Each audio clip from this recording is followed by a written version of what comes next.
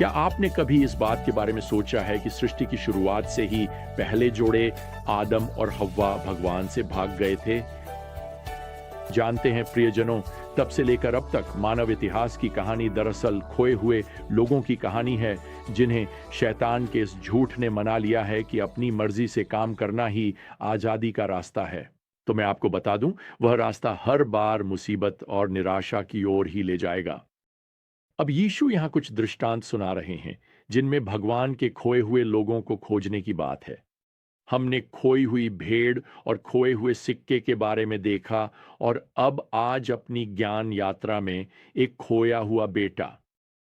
अब लूका ही एकमात्र सुसमाचार लेखक हैं जिन्होंने इस खोए हुए बेटे के दृष्टांत को दर्ज किया है, और हमने इस दृष्टांत को दृश्यों में बांटा है। और हम इस पहले दृश्य को कह सकते हैं, अपने पीछे पुल जला देना। अब लूका अध्याय 15 पद 11। एक आदमी था जिसके दो बेटे थे, और उनमें से छोटे ने अपने पिता से कहा, पिता, मुझे वह संपत्ति का हिस्सा दे दीजिए जो मुझे मिलने वाला है। और उसने अपनी संपत्ति उनके बीच बांट दी। यहां इसका संकेत है कि यह पिता विधुर है और अब वह बूढ़ा हो गया है। उसके बेटे वास्तव में अब बड़े हो चुके हैं। कानून के अनुसार बड़े बेटे को पारिवारिक संपत्ति का 2/3 हिस्सा मिलेगा और छोटे बेटे को 1/3 हिस्सा मिलेगा। अब इस संस्कृति में आपको समझना चाहिए कि पिता के जीवित रहते हुए बेटे द्वारा अपनी विरासत की मांग करना शर्मनाक माना जाता था। इसलिए यह एक काफी चौंकाने वाली और दर्दनाक मांग है। छोटा बेटा मूल रूप से अपने पिता से कह रहा है, मैं थक गया हूं तुम्हारे मरने का इंतजार करते करते, ताकि मुझे मेरा हिस्सा मिल सके। एक बाइबल विद्वान ने लिखा है कि इस संस्कृति में यह अपने पिता से यह कहने के बराबर था, काश तुम मर जाते। देखिए, वह सिर्फ अपने पिता के मरने का इंतजार करते करते नहीं थका है, बल्कि वह अपने पिता के अधिकार और उनके नैतिक मानकों के अधीन रहने से भी थक गया है। मैं आपको बता दूं, वह घर से भागने से बहुत पहले ही एक आवारा था। अब पद 13 हमें बताता है, कुछ ही दिनों बाद छोटे बेटे ने अपनी सारी संपत्ति इकट्ठी की और दूर देश चला गया। यहां इकट्ठा की शब्द का अर्थ है कि उसने सब कुछ नकदी में बदल लिया। देखिए, उसे जमीन और मवेशियों का सिर्फ नकद मूल्य चाहिए था। वह अपने साथ दूर देश में गायें तो ले जाने वाला नहीं था, उसे नकद चाहिए। लेकिन सबसे ज्यादा वह बाहर निकलना चाहता है। देखिए, वह अपने पीछे हर पुल जला देने वाला है। मैं कल्पना करता हूं कि उसका पिता सड़क के किनारे खड़ा है, अपने बेटे को जाते हुए देख रहा है, और शायद वह कभी लौट कर न आए। शायद आप भी कभी उसकी जगह पर रहे हों। शायद प्रियजनों, आप अभी उसी स्थिति में हैं, और आप उन कड़वे आंसुओं का स्वाद जानते हैं जब आपने अपने किसी बच्चे या प्रियजन को भगवान और बाकी सभी से दूर भागते हुए देखा है। अब अगला दृश्य खुलता है, और मैं इसे कहना चाहूंगा, उन लोगों से आजादी की तलाश जो खुद ही गुलाम हैं।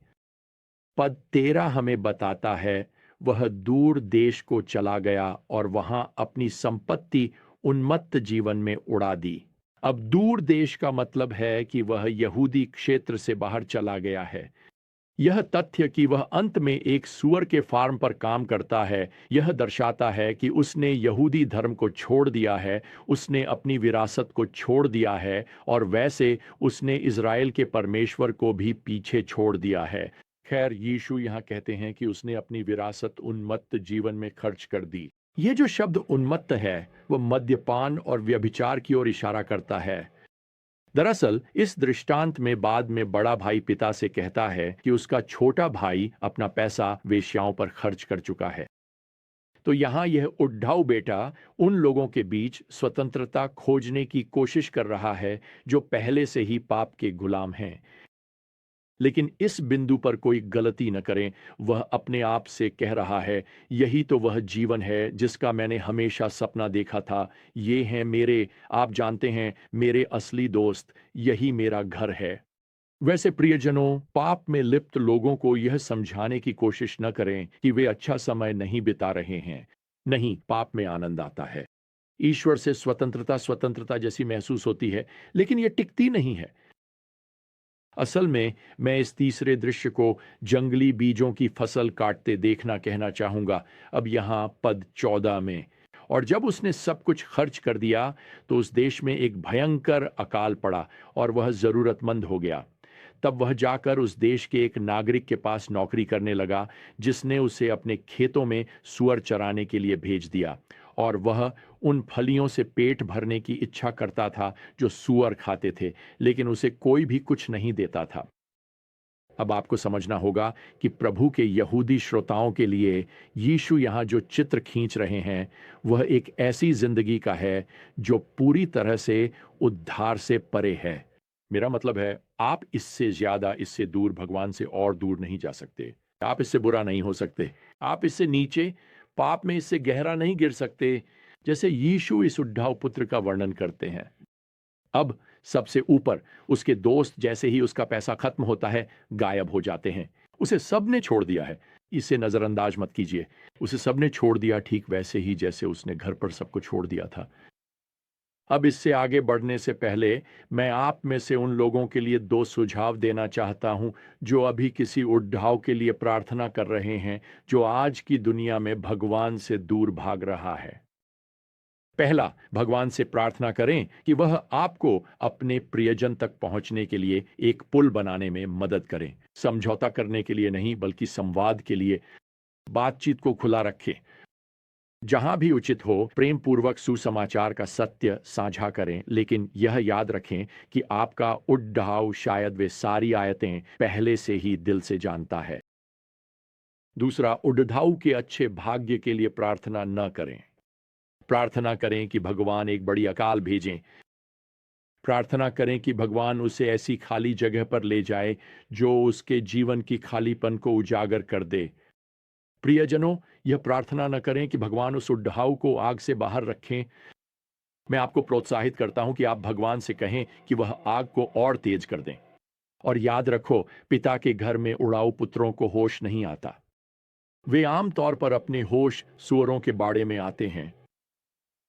अब इसके साथ ही उडडाऊ यहां निराशा की स्थिति में पहुंचता है, और मुझे लगता है कि जो अगला होता है उसे आज चर्च में बहुत से लोग पूरी तरह से गलत समझते हैं।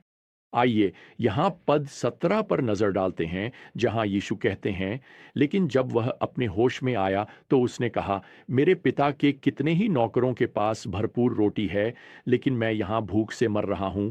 मैं उठकर अपने पिता के पास जाऊंगा और उससे कहूंगा, पिता, मैंने स्वर्ग के विरुद्ध और आपके सामने पाप किया है। मैं अब आपका पुत्र कहलाने के योग्य नहीं हूं। अब आप सोच सकते हैं कि वह यहां पश्चाताप दिखा रहा है, लेकिन मैं आपको बताना चाहता हूं, वह ऐसा नहीं कर रहा। बिल्कुल भी नहीं।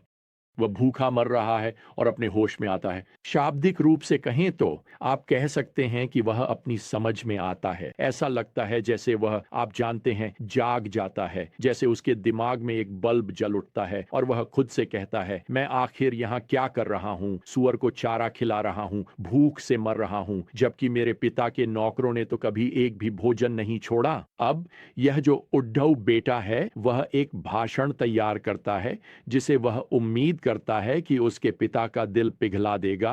असल में बस इतना कि उसे कोई नौकरी मिल जाए। देखिए, उसकी योजना घर लौटने की है, पश्चाताप करने की नहीं, बल्कि नौकरी के लिए सौदा करने की है। लेकिन क्या वह अपने पिता से यह नहीं कहेगा, यहां मैंने अभी पढ़ा, क्या वह यह नहीं कहेगा, मैंने भगवान और आपके खिलाफ पाप किया है? तो मुझे आपको बताने दीजिए, ये फरीसी शायद पहचान गए थे कि यीशु उन्हीं शब्दों का इस्तेमाल कर रहे थे, वही शब्द जो फिरौन ने मूसा से कहे थे ताकि वह विपत्तियों को रोक सके। फिरौन ने मूसा से कहा, मैंने भगवान और तुम्हारे खिलाफ पाप किया है। निर्गमन 10 पद 16। अब यहां लूका के सुसमाचार में पद 19 के अनुसार उद्धाव पुत्र भी यह कहने की योजना बनाता है, और यह समझना महत्वपूर्ण है कि वह कहे, मुझे अपने एक किराए के नौकर की तरह रख लो। अब आपको यह समझना चाहिए कि यहाँ किराए के नौकर के लिए जो शब्द है वह न तो गुलामों के लिए है और न ही घरेलू नौकरों के लिए। यह एक वित्तीय शब्द है। प्रेरित पौलुस ने इसका उपयोग वेतन या सम्मान देने के संदर्भ में किया था, अर्थात उन प्राचीनों को जो विश्वासपूर्वक प्रचार करते थे। तो जब उद्धव पुत्र कहता है मुझे अपने एक किराए के नौकर की तरह रख लो, तो वह क्रिया रख लो का शाब्दिक अर्थ है मुझे गढ़ो, मुझे ऐसा बना दो, मुझे एक किराए का कारीगर, एक कुशल कारीगर बना दो। तो ये है उसका भाषण। आइए मैं इसे सच्चाई तक सीमित कर दूं। यही वह चाहता है। सुनिए पिताजी, मैं चाहता हूं कि आप यह करें। मैं चाहता हूं कि आप मेरी अप्रेंटिसशिप के लिए पैसे दें ताकि मैं एक नया हुनर सीख सकूं और एक कुशल वेतनभोगी कारीगर बन सकूं।